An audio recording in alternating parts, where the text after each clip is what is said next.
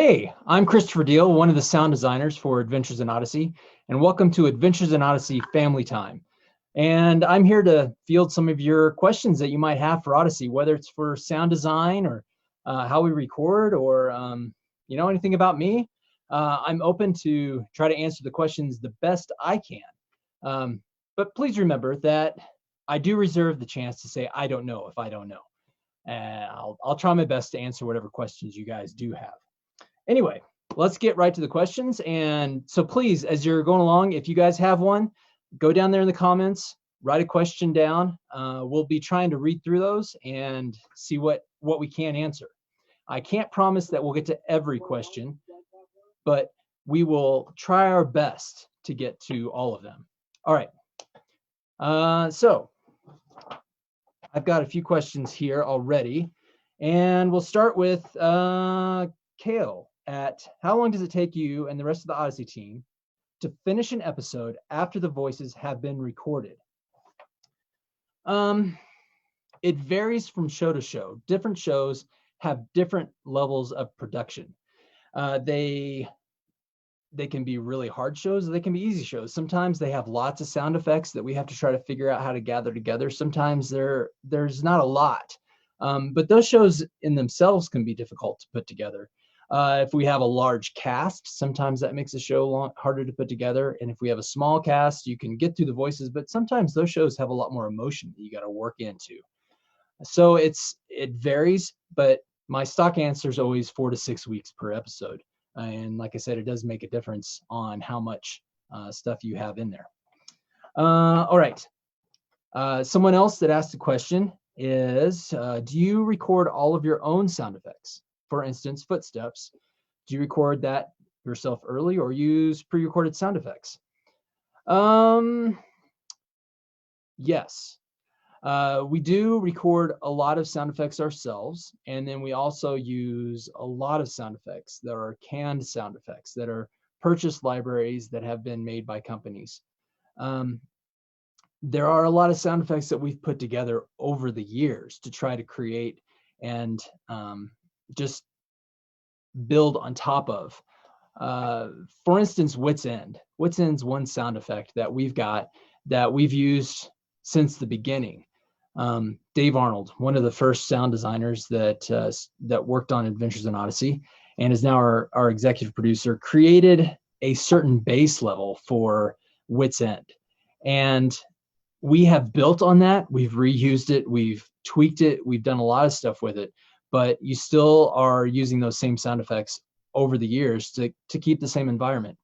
But as it asks, also footsteps. Each character has a certain sound, has a different way of walking, has a different weight to them, has a different pacing depending on the scene and how they sound. So we do record a lot of the footsteps ourselves. Very rarely do we reuse footsteps. We almost always record everything fresh for each character, each show, each time we do it. It's a lot of work, but it also really gives that special customization to each person. All right, Christina has a question. How did you get started in sound design? What drew you to this job? And do you ever get tired of it? I got started in sound design actually working on Adventures in Odyssey. The other sound designers, we have, Nate Jones, Jonathan Crow, Rudy Hare, and Luke Gano, who's one of the newer guys on our team, have all come different ways into doing sound design here at Focus, all from different backgrounds, all different paths. But I came in actually through the music industry. I worked originally in Nashville, working inside of a studio behind the glass, recording talent and working with musicians, and really got my hands dirty working on audio in Nashville. Then I came to Colorado Springs and was able to get a job here at Focus working in audio in Colorado Springs, which I never thought would happen. But I was able to come here and jump in, and I kind of learned the ropes of sound design working here on Odyssey. So I already understood how to work with audio, how to do recording, how to how to process audio, how to make sounds work. But then it was another thing to learn how to do sound design with the spoken voice and those subtle details that we have with sound effects, and trying to make them just that much more pull you into the world, which is quite a bit different than a produced kind of music sound that I used to do. So that's where I learned most of my sound design.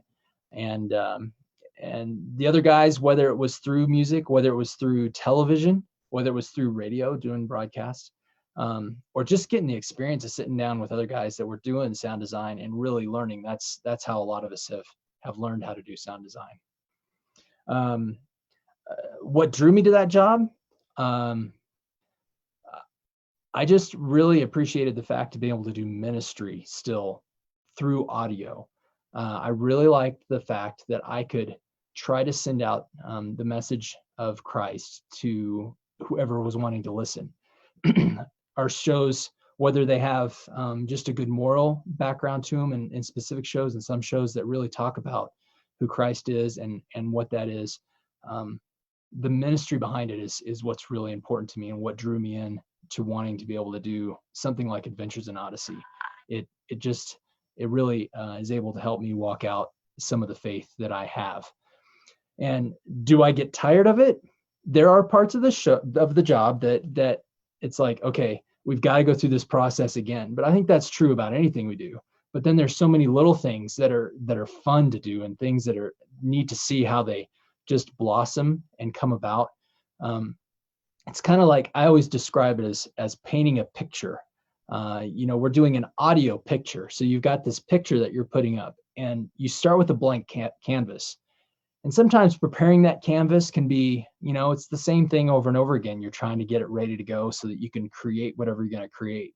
But as soon as you start putting those colors on and start bringing things together, the picture starts to form, and you really get to see how all this stuff comes together.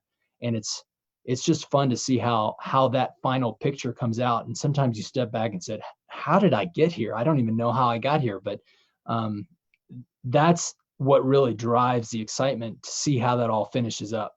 So yeah, there are parts that you do have to go through that are the same steps over and over again, but there's so much more that then you build on that's exciting to do. And it's fun to see how people react to what it is that you've created. All right. Joanna, are you married, and do you have any kids, and what do you do as a family? I am married, and I've got 3 kids, and we live in Colorado, and I really enjoy the outdoors. So I get out and try to spend as much time as I can outside, or our kids are involved in sports and stuff. And it's really been enjoyable being here in Colorado. I feel like God led us here, and this is some place that we wanted to be, and he opened so many doors for us to be here. And honestly, being here at Odyssey was one of those. So yeah, it's been a good journey. I really have had to rely on him a lot through that. So yeah, good question. Thank you. Grace, what is one of the harder sounds to create?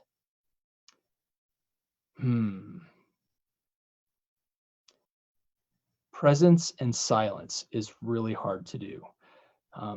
You think it's some big sound effect. You think it's something that is exciting and just would really grab your attention. But that feeling of emotion and space is really hard to create. When there's something on the screen, when you're watching a video, you can see people's reactions. You can kind of let that stuff land because you can watch it. But to create that same emotion and that same amount of space in an audio drama is really difficult. So you think that it's some big, loud sound effect, but that space and emotion is really difficult. And so are animals. Animals are really hard. Let me tell you, because if you want to try to get any animal sound, which for some reason the writers like to write animals into shows at times, those are hard to do. We can't really pull them in and get them to do what we want to, or we may not be able to have access to the kind of animal that they want. There was a show I did, Rewinding the Big Picture, where I'm supposed to have a herd of elephants come through a cafeteria. Okay, how do I do that? So, I was able to find certain sound effects and create certain sounds, and whether it's something we created ourselves or whatever, but animals are hard, and let's just hope they don't decide to have someone. Well, I'm not even going to suggest it because the writers will do it. Okay. Next question, Brennan. How long does it take to make one single episode? I kind of answered this a little bit, but 4 to 6 weeks is kind of how long it takes. And that goes from when we actually go out and record to after we finish recording to when we finish the show. That entails us going through all the various elements of the process and then having the playback and finishing up so that it can be delivered to be mastered and ready to send out. Jonathan asks, how do you recommend starting with sound design? Like I said, a lot of us that work here have come from different backgrounds. One of the things that I always think of is just experience, actually getting in and doing the work and seeing what you can do with it. Using your ears and really listening to your environment is a big thing with sound design. You don't realize when you're listening to stuff, when you're watching stuff, how much is in the background, how much is going on. Even when you're walking around outside, you just don't think about all the different noises you hear. I mean, just down to what your body's actually doing and the voice is doing, and then what the movement of the body's doing, and then what is present around that person, and then what's present, in the medium distance, and then what's present in the distance, a long way off. You have to kind of think about all those layers. There's lots of that stuff there. Or even when you're inside in a house right now, if you're sitting in your house right now and you're listening, you might hear air handling going on. So like air conditioning or heater, depending where you are right now. Or you might hear a dog barking outside. You might hear some birds chirping or the wind blowing. You really have to kind of sit and listen to all that. The other thing you got to think about when you're trying to think about sound design is the echo in the room. Whether you're in a very closed in dead room with lots of curtains or different kinds of padding, whether it's couches and stuff, might make a room sound really dead.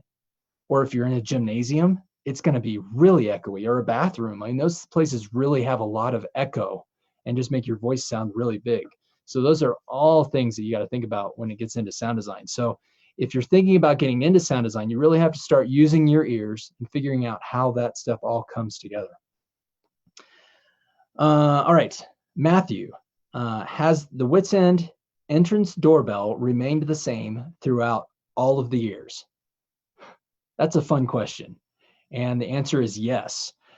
There is a bell that is actually over in our Welcome Center here at the Focus on the Family campus.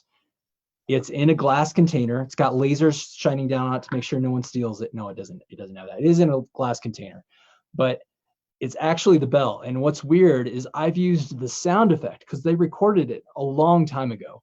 And so we've got it where we can just listen to it whenever we want to. And the sound of it is very distinct. And for some of the stuff that we've done, whether it's live shows or anything, I've been able to hold on to that bell and take it. And it's really interesting to hear it because you pick it up and you're like, that's the Wits End bell. And it's so interesting to hear because you're like, that's it. That's the Wits End bell. And it's just a little handbell. I wish I had it here with me. Just a little handbell. And it's the doorbell. That's the sound that we have. So we have used that same bell through all the years. And it's difficult because there are other shops that we walk into in Odyssey that sometimes will use some sort of a ring as you walk in, and you've got to try to find a different sound than that Wits End sound because it's so unique to saying, if you're in a room and you hear that bell, you're like, we're in Wits End. So it is something we've used a long time, and I don't foresee Wit ever changing out his bell on his door. All right, Darren, What episode are you most proud of, and what episode do you wish you could redo? Wow. Well, there are several that I'm proud of. I don't know if there's like any specific show I would say I'm proud of. There's probably moments in shows that I'm proud of. I think back to um, the Sergeant York show, if you've heard that. It's a four-parter, and there are several elements in that show that really kind of stretched me at the time as a sound designer, that we tried different kinds of things that we tried to make that show a little more unique. And one of those was, as we describe it, it's bullet time. So there's a point where there's an action happening and everything kind of slows down and the narrator talks, but you kind of hear some of the action still going on in this slowed down lower tone as it goes through. And then when the narrator finishes speaking, everything speeds back up and we're back in scene of whatever happened. That was a really cool effect that we worked through. And then there were a lot of stuff that we did with Sergeant York and him firing, because that was a big element of his story, was him being able to fire his rifle. And so there was a lot of perspective stuff that we did that was fun to do in that show. There's another show that actually I worked on here not too long ago called Walk Worthy, that there were a lot of sound effects in that show that I really that one stretched me too, that I thought was really cool. There was just lots of different sound effects and how it all built on top of that. I actually have it up here on my computer and I can play the beginning. It's that opening scene where we're coming in, and if you guys don't know the show, it is one of our club shows with the Adventures in Odyssey Club. And I'll give a shameless plug. There are free trials if you guys would like to get on. If you're not a member, you can get on and check out and see what we've got. And because there are certain shows that are part of the club, and this is one of them. And this opening scene was a lot of fun to do. So I'll play that here, and you guys can hear one of these. And now, Adventures in Odyssey.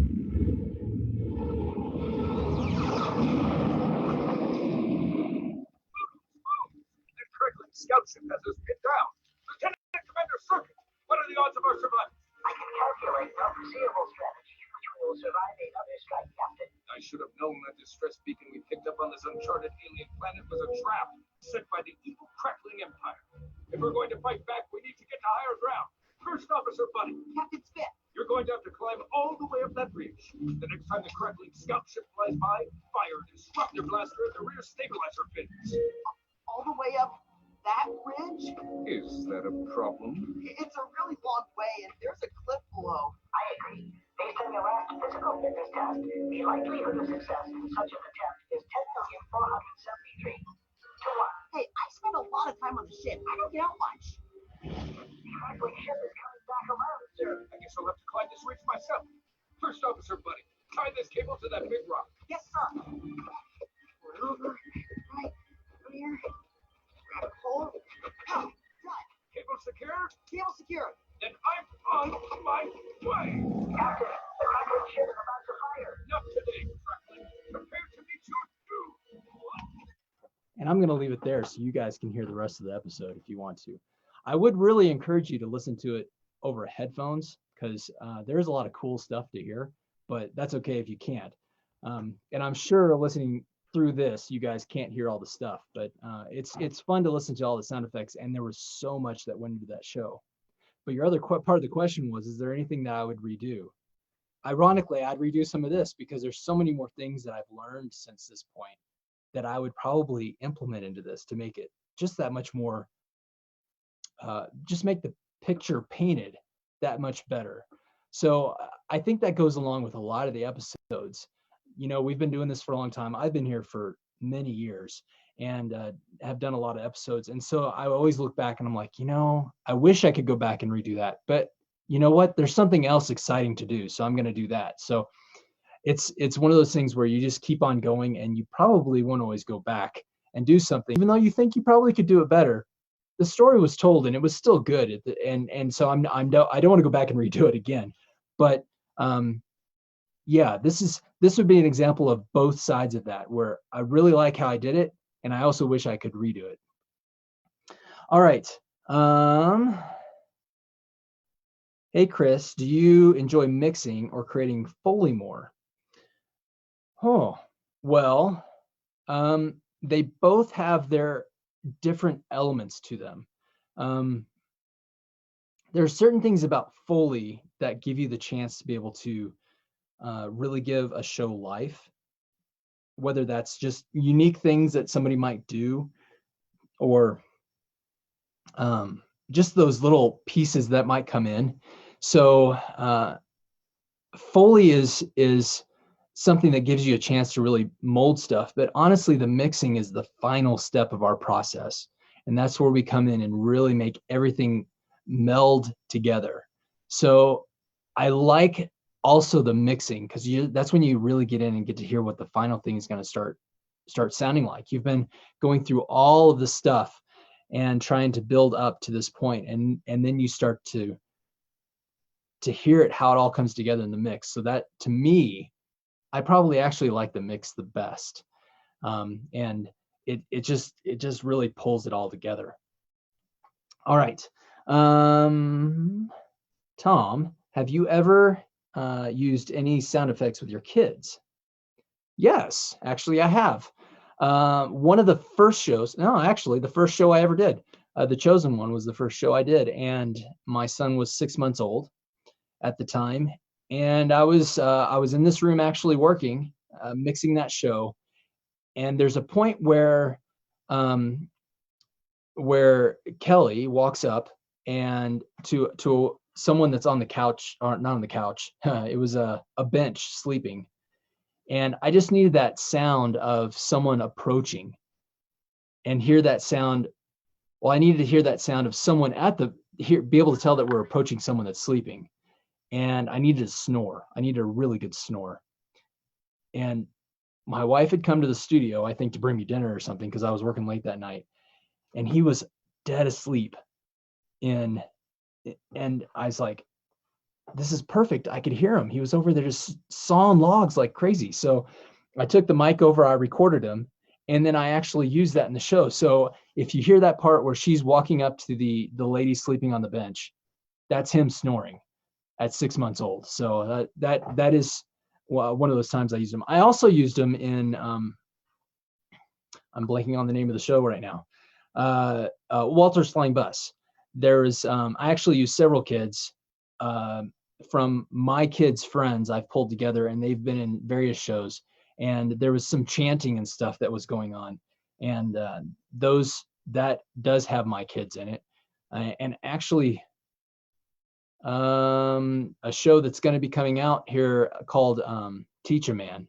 My kids are on briefly. They have just a couple quick little lines. So they have been in and out of shows if I need something.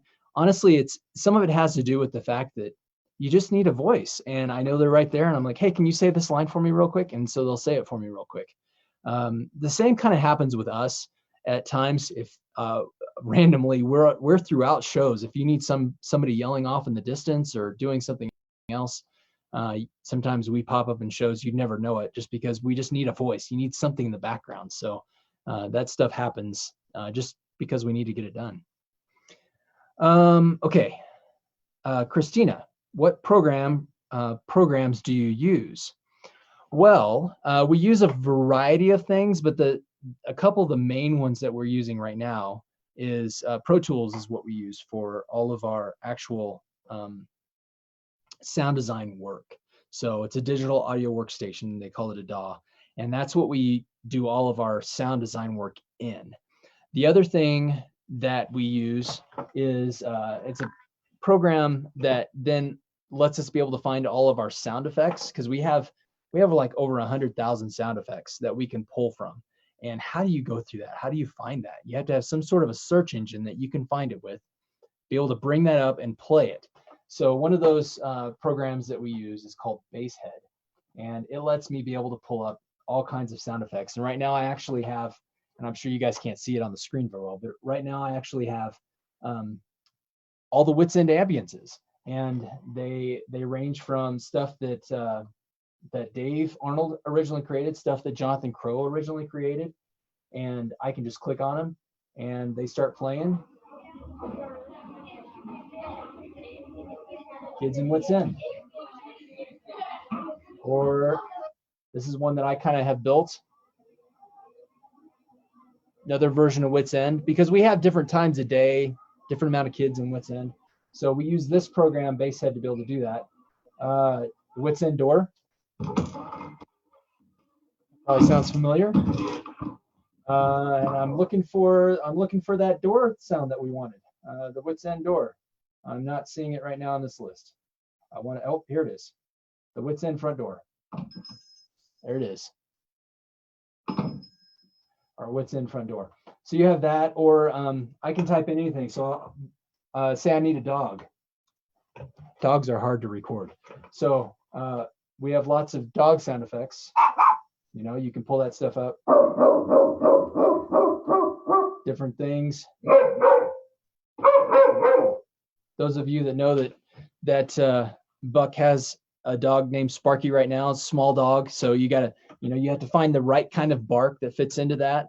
Sometimes we use this. Sometimes we actually, there are a few people around here that can bring their dogs in for us if we need to get a specific sound. But Basehead is the other program that we use for all of our sound effects. And those are the two primary things we use for doing sound design. Everything else is just more productivity related. So, just your basic programs like Microsoft Word and Excel and stuff. All right, Becky, how often do you reuse sound effects, and has the process changed from the early days to now?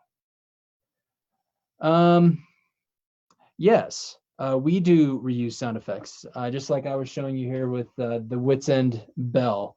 That is something that we've used a long time. But stuff that has changed, let me give you an example of a sound effect that's changed. So how many of you know what a landline is? It's probably something that looks like this, and I'm sorry, I'm probably totally messed up, but here's, landline, it's got a cord. And it's a way of actually calling and using that. Now we have things called cell phones, right? And so what's in Wits End now? What do we use? Well, I still have used the landline a few times, but now I pretty much just shifted to using a cell phone all the time. That's pretty much all I use, because no one knows what a landline is. So you hear that ring sound, and there's a lot of devices that make a ring sound, but what does that come from? It comes from the original landline sound. So those things have changed. Other things that have changed actually in the way we record is what we've used. So as I show you Pro Tools here, and it has all of these tracks, and that's where we have different sounds. So I've got my Foley that I do, and I've got voices, and I've got music, and I've got sound effects, and I've got ambiences. I've got all of that stuff here. Originally, way back when they first started doing this, they used analog tape, and it was on a reel-to-reel machine, and they had to record all this stuff on those tracks separately. And it was a lot harder to put stuff together. They actually had to cut the tape and put it together in different spots if they had to make edits. And it was a much more drawn out process to be able to make corrections. And now we can just go in and just grab those files and move them around how we want to. So there's a lot of change that's happened over the years from going from analog to digital, and how that sound has changed, and the quality that's probably happened through that as well. Many of those things have made a difference. Okay. Nathan, have you ever been part of any Adventures in Odyssey live shows? Yes, I have. I've done three live shows I think I've been part of. So the first one actually was done here in Colorado Springs. And ironically, the show was the live show was on the same day that my daughter was due. And she ended up being late. So I was able to be part of that live show. She was there, but just not, she wasn't born yet.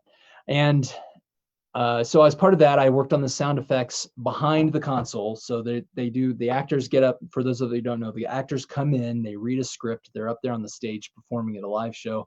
We usually do some sort of Foley stuff on the stage, and then there's sound effects that are tied in too. So I was back behind the console doing sound effects, just the canned sound effects. The next one, we did a show one time, and I ran the sound for that show. So that was another time I did it. And then the latest one that we did was for the 30th anniversary. And I was actually able to be on the stage and perform doing all the Foley on that show. So I actually think we might have a clip of this. So it might be interesting for you to see that. I fared very well. Thank you, Mr. Northfield. And I believe I have everything ready. Take a listen to this.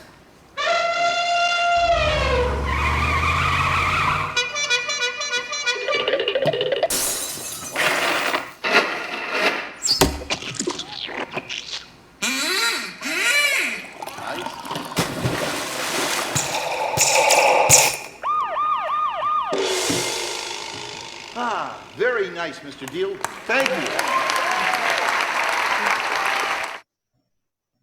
You're back. And that's a small clip from the live show. We actually did that on the 30th anniversary, and that was on the cruise that we did. So it was a lot of fun. Let me tell you, that was a challenge because you were in a contained space that whole time. But it was fun to do that and be able to hear the response from people as you're actually doing stuff, because normally you don't get to hear how people react. So that was a fun time to go through that. Caleb, how much time does it take to put together the music for an Odyssey show? That varies from show to show. Some shows are probably faster than others, but I would say anywhere from a couple days to a week. And that's just on the composer side. So to explain the process of how we go about doing music for an Odyssey show, we as sound designers go through and do the voice edit on all of the voices. We go out to California, record the show. They do multiple takes. We piece all that stuff together with the best takes. We find the best takes we can so that the voices sound like they're just flawless. And they are. The performers are flawless. And then we put that together, and then we go through the script, and we actually make notes of how and when we want certain cues to sound or start and the motion we want to have. And then we send that off to our composers, whether that's John Campbell or Jared DePasquale. On some of the shows lately, we've been able to use him. So there are different amounts of time just to get that stuff together, and then they sit down and they come up with certain ideas and themes based on what they want to do on the show, and then they basically give us the cues at the end of that, and we put it in and we check it all out. So that whole process can take 2 days to maybe even 10 days. It could take a little bit of time depending on the complexity of the show. Some shows have a lot more music, some shows have a lot more detail, and so they just require more time. Some shows that are, I would call slice of life shows, where we're just walking through a normal Odyssey show, those cues might be a little more routine. We know what we're going to want from them, so doesn't take quite as long to say, hey, can you give me this? Because they know what it is that they want. So that's why there's a time difference between those. Okay, Phoebe, how do you make big noises like bombs and car crashes and stuff that's not normal? Well, that's stuff that we can't personally create. I think we would get in a lot of trouble if we went out and tried to blow stuff up. It would be fun, but I don't think it's something that we could do. So we then fall back to our sound effects library that we have of a bunch of sounds. So I would come over on my sound effects library and I would type in, I could start with explosion. And I would get a whole list of things come up. Looks like I've got 1,000 records that showed up. And so I kind of have to walk through them and figure out what we've got. And it depends what kind of explosion or bomb that you might want. because there's stuff here. It says World War II. So it's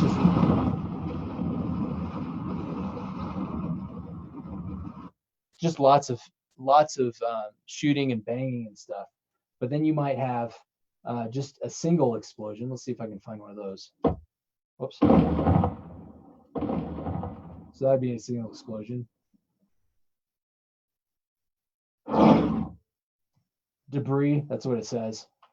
Sometimes it's just a matter of searching through the stuff and finding it. Electronic explosion or thunder. Let's see, if I type in handmade,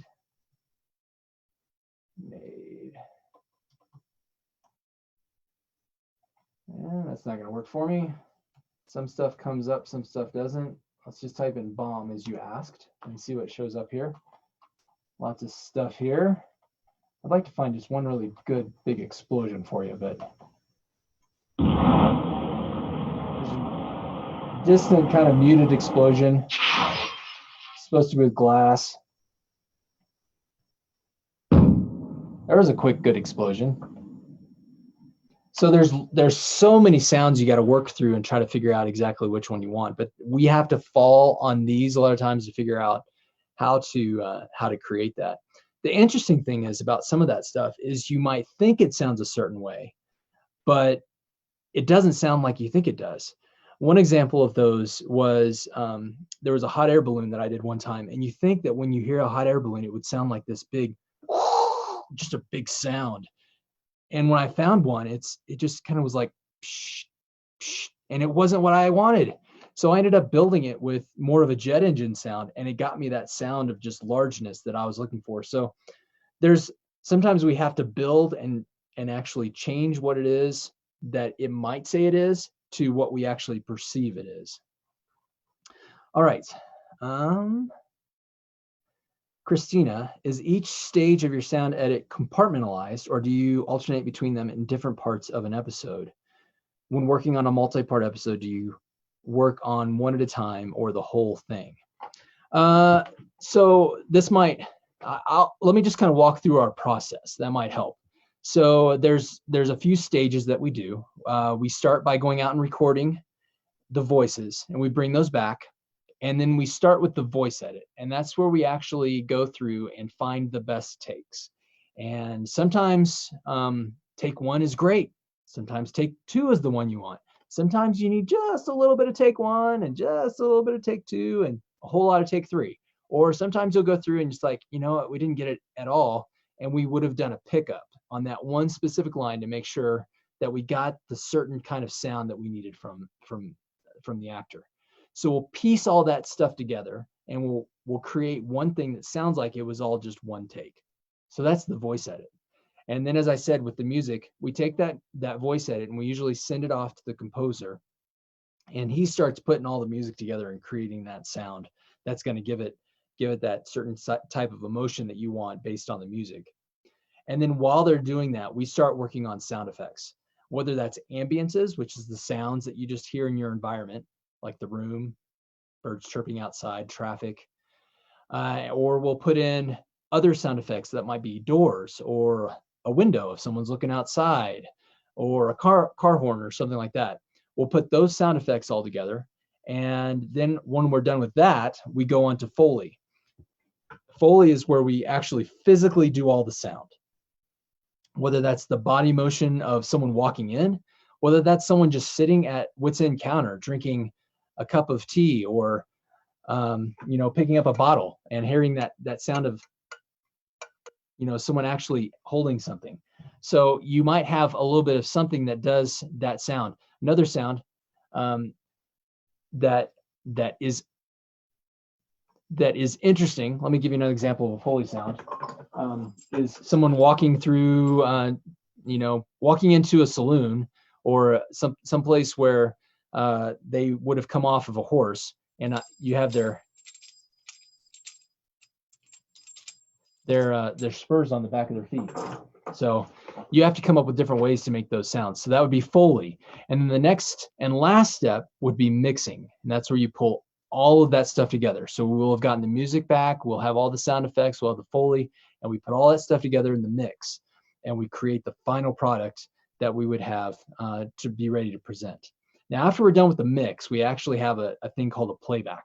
And that's where everybody from the Odyssey team comes down, sits in the room, and then they listen to the show that you did and make sure that they understand the story, that everything works out right, the sound effects all sound right, that the voices, and there's nothing dialogue-wise that's hard to hear, or there's not a line that's like, okay, that joke wasn't that funny, so let's not leave it in there. Let's tighten this up and make the show just, move along a little better. So there might be stuff like that happens in playback. So you go through that process, and then we go through and make those fixes, and that's when we give it over to be mastered and that final process done so that you guys can hear it. So that's kind of the process. Now that I've said that, yes, I work in compartments when I do that. I usually start with the voice edit. I finish that. I do my sound effects. I finish that. I do my Foley. I finish that. And then I do the mix and I finish that. When it comes to a multi-parter, I would probably do it all as one. So if I'm working on a 2-part episode, or if I've got a 3-part episode and I'm doing all of the show, I would do all of each one of those as I go along so that I can finish that process before I move to the next thing. Now, sometimes we don't necessarily work on all of the parts. So I might work on part 1, and Nate Jones, one of the other sound designers, might work on part 2. So he would be working basically at the same time as I am on something. I'm going to go through all of the voice edit of my stuff. I'm going to go through the sound effects of my stuff. And if there's some scenes that are the same, we might share those across to make sure that sound effects throughout both of those episodes sound the same. And then we might go in and do Foley together on the whole thing and just move through that show and try to finish it out together. And then we'd separate again and work on our mixes for those separate shows. So there's different ways we do it, but I know the way I work is usually in compartments. Good question. Thanks. All right. How is it working with the other people in Adventures in Odyssey? It's really good. It's great to have a team to work with and to be able to have other people to bounce stuff off of. We all come from such different backgrounds that we have different ways of hearing things. We have different ways of reacting to things. And so it's nice to have somebody else to be able to kind of lean on and say, what is it? What do you think about this? Or do you have any ideas? Or when we finish the process, they might be like, something, I heard it and I know this was a problem spot, so maybe this might be some way to fix it. But we also know that we all create things differently and uniquely. So it's fun to hear how somebody else might create something. So Jonathan Crow might go through and create this great scene, totally different than the way I would do it. But I'm like, yeah, that's really nice. I really like how that came together. So it's great being able to work with the other guys and figure out how to make that stuff come together and bounce ideas off of. And it's not just the sound designers. Our team is bigger than that. We also have the writers and producers that are part of our team. And so we get to talk about so many different things and so many different aspects of this process. So it's a great thing to have other people to work with. Even on that, we're all very individual, and we do work on our individual shows, and we all kind of have our own project that we grab a hold of and work on. So it's really a nice process, and how we've got this way of working through the shows, and I'm glad that I've got other guys around me that I can lean on. All right, and I think this might be our last question, and it's actually from someone named Chris Anthony. It says, which actor on the show do you have to edit that take the most? Who has the most? And it really is Chris. This is fun. Thanks for watching, Chris. It's not Chris. Chris is great. She never messes up. She's been doing this show for so long. We hardly even have to give her a script. She can just sit down and read it, and it's perfect every time. Every name she says perfectly. But all joking aside, Chris is great. She, it's hard. She has to sit down and say a lot of names that I can't even say. And so I really appreciate all the work she does. And she is I just want to say that Chris is Chris. The way you hear her on the raps is who Chris really is. So I'm thankful for her. There are a lot of different things that affect how we go through and work on shows, and I appreciate all the actors, and it's just amazing to be able to sit in and watch them perform. You know, I get to sit back and record the actors from the other side of the glass and be able to listen to what they do. And it's just amazing. You watch what some of these words are that are on the page, and you're like, yeah, I can see this, you know, I'm following this. And then you hear the actors actually bring that out. And it's just amazing how they can bring that emotion out, how they can take and just really make those words their own and give the show's life. So that is a really cool thing to be able to do. I'm glad that I'm able to sit back and watch those people do that. All right. So I think that's all the time we have, and I am thankful that you guys were able to join in and ask questions. I know that we're going to be doing some other Q&As with other people, and I hope that you guys will join in and ask questions. And please don't be afraid to, you know, write any more comments and try to just let us know what you enjoy about the show. Also, if you guys are interested in trying to find out more about the club, we do have free trials, so you can get on and listen. All of the Odyssey shows are on there. You can hear what they sound like, and listen to. I don't know how many days worth of episodes. There's multiple days worth. If you just hit play and listen to them all, it would take you a long time to listen. So, you know, join in and be able to go through and listen to some of these episodes and hear some of the stories that are there, and the chance to be able to hear some of the life lessons that are brought into them. Anyway, I thank you guys for joining along and being here on the Adventures in Odyssey Family Time, and I hope it was good for you guys. It was fun for me. See you guys. Thanks.